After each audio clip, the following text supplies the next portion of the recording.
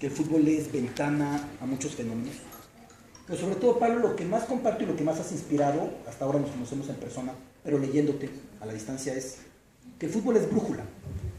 ¿A qué me refiero con que el fútbol es brújula? Que cuando viajamos, una manera de encontrarnos, de no perdernos, es a través del fútbol.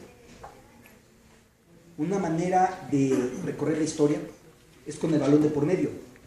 Y este libro, de hecho, nos cuenta una historia muy atractiva y muy sencillamente, aunque sustancialmente contada, de Paraguay, de Colombia, del Caribe, de Brasil con su inmensidad como subcontinente, pero sus regiones en pugna, de la pequeña Panamá, que incluso Panamá de repente queda partida por el deporte, ya no decir Chile, con la confrontación entre Valparaíso y Santiago, que van a tener 2 federaciones, según relatas. Voy descubriendo cosas de México, y de repente aparece el presidente Obregón, dando la patada inicial en un partido, y el presidente Carranza, y los poderes, que puede gustarles o no el fútbol, pero en lo que investigan si les gusta, disimulan que sí lo agarran. Y los abusos de poder, y los desaparecidos, y los momentos siniestros, y los momentos agradables, y la creación de una nación, como este otro libro que hoy les comparto, que también he leído del autor. ¿De qué manera el fútbol contribuye a generar un país donde no lo había? Pienso de repente, Pablo, en la selección italiana del 34 y el uso que le dio Mussolini, y que hay una gran frase del siglo XIX cuando Italia se une de diferentes regiones, apenas medio siglo antes de aquella Copa del Mundo, 60 años antes, y decía un gran poeta italiano: ya tenemos Italia, ahora hay que inventar a los italianos. Y entonces apareció el fútbol. Tomo esa referencia, pero de la misma manera tu recorrido nos permite ver cómo se creó el brasileiro con el presidente Vargas.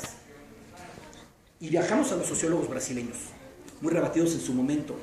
El negro en el fútbol, ese gran libro del que da nombre al Estadio Maracaná, del jornalista Mario Filho, de la mano de Gilberto Freire, que yo no sabía que cuando ya se corona Brasil en el 58 le ponen un comentario final al libro como diciendo: se los dijimos.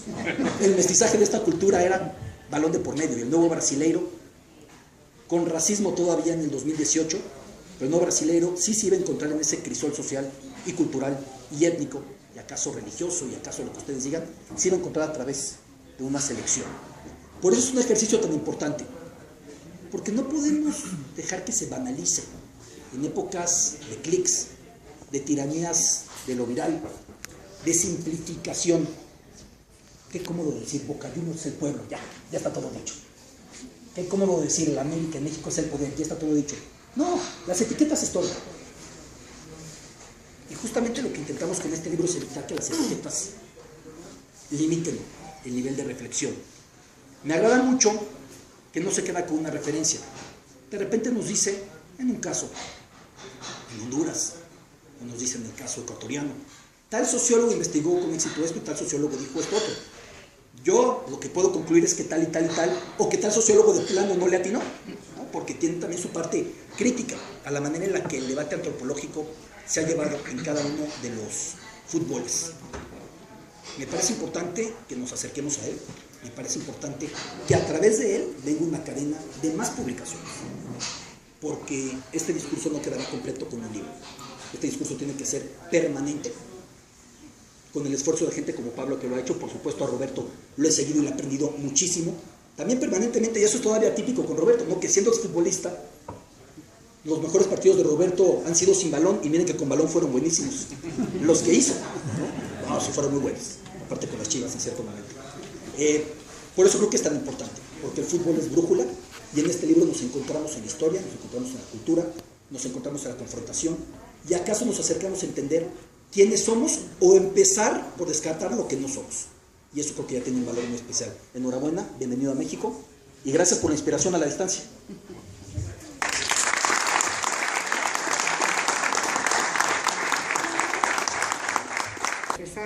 Había que cubrir la cuota de género.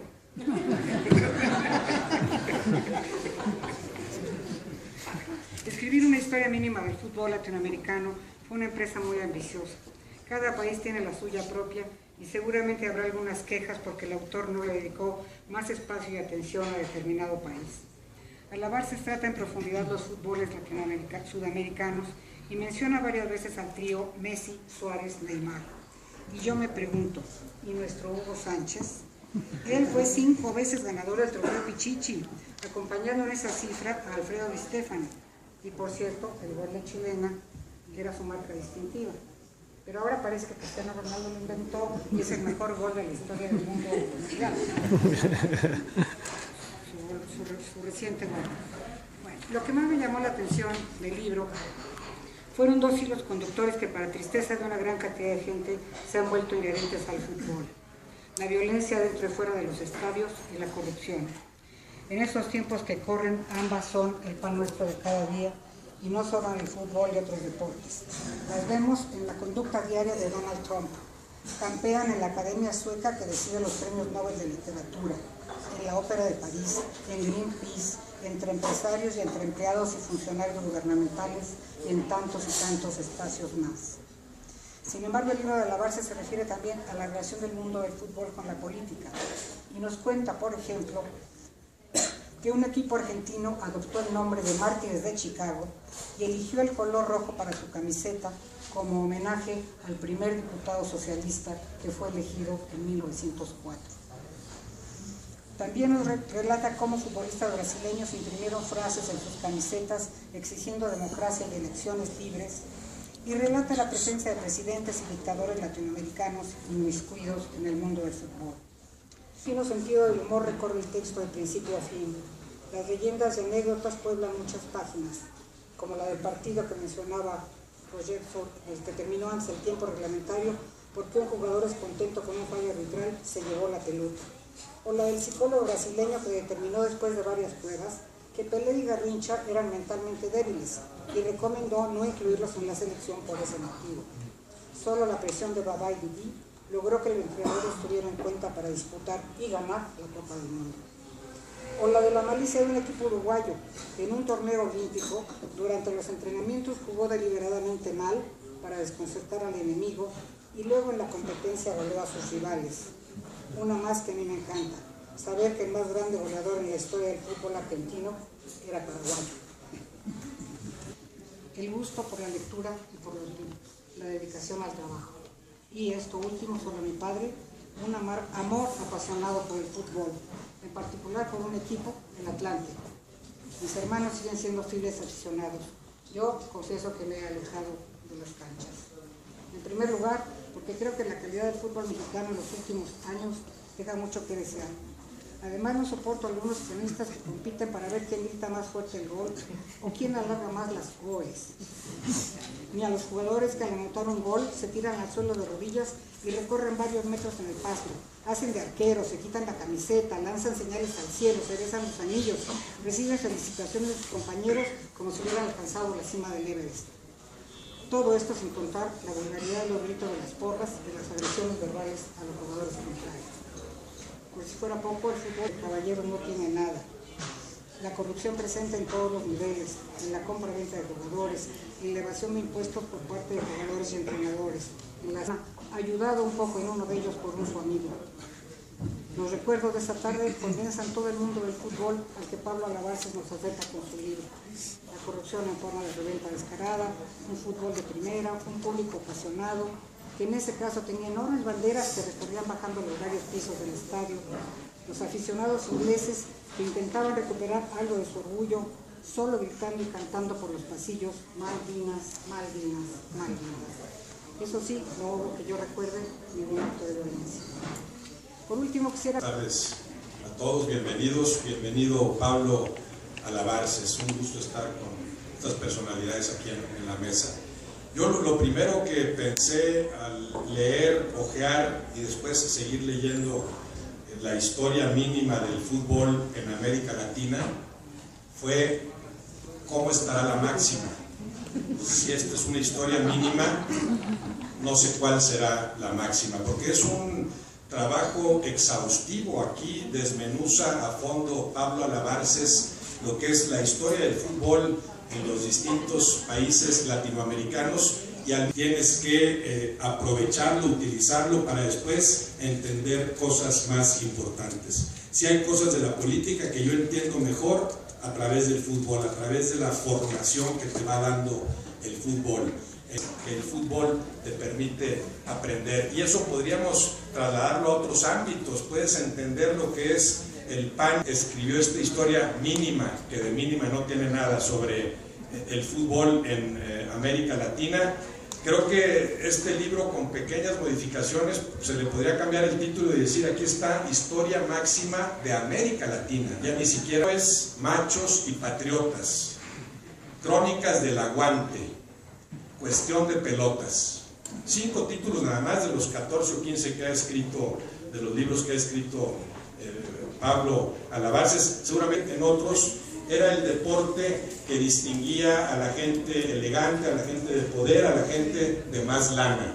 Por eso habla Pablo a la Barces de la criollización, cuando en México empieza a producirse esa mezcla españoles, mexicanos, bueno, mucho después, por supuesto, de la conquista, cuando llega el fútbol, pero cuando es el criollo, el que ya nació de esa nueva raza, el que asume al fútbol, el que lo adopta como su deporte, ahí se convierte el fútbol en algo popular. Y después viene eso que también menciona Pablo, la popularización, cómo se va dando ese crecimiento del fútbol, fenómeno social incomparable como provoca en México. No entiende lo que es el mexicano tampoco. Cualquier buen sociólogo, antropólogo tendría que entrarle más a fondo a esa materia. En ese caso yo siempre menciono a Carlos Monsiváis, que decía: no entiendo por qué les interesa tanto este jueguito, y me siento ya, hay mesas en las que me siento con gente que yo considero inteligente y termino sintiéndome como analfabeta porque no sé de qué me están hablando cuando están hablando de fútbol.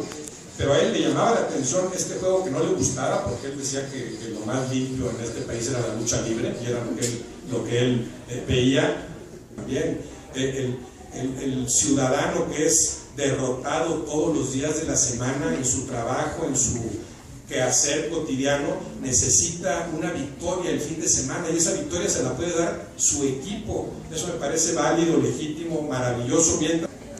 Hay una regla, siempre invoco cuando yo presento un libro, hay una regla del ritual de la presentación del libro, que es: nunca hablarás mal del libro que estás presentando. Y los colegas y las colegas lo han cumplido con creces, todo lo que se me ocurría, porque detrás de la imagen racional del cientista social hay un tano afectuoso, y lo que pensaba mientras escuchaba a los amigos y amigas es decir: ojalá estuviera mi mamá escuchando todo esto, porque nunca han hablado tan bien de mí durante tanto tiempo. Así que muchísimas gracias, digo, gracias que además personalmente, pero nada, realmente es muy gratificante escuchar lo que he escuchado. Hay agradecimientos más particulares. Pablo recordaba cómo surgió la idea hace 3 años en un anterior libro. Él planteó la idea y yo acababa de terminar de escribir mi libro anterior, Eran Machos y Patriotas, que se publicó en el 2014, y libro que una vez terminado proclamé que era mi último libro sobre el fútbol.